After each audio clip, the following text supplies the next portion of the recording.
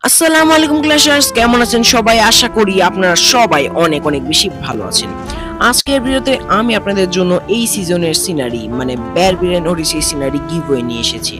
তো এখন আপনাদের অনেকের মনে এই প্রশ্ন আসতে পারে যে এই গিভওয়েতে পার্টিসিপেট করতে হলে কি করতে হবে।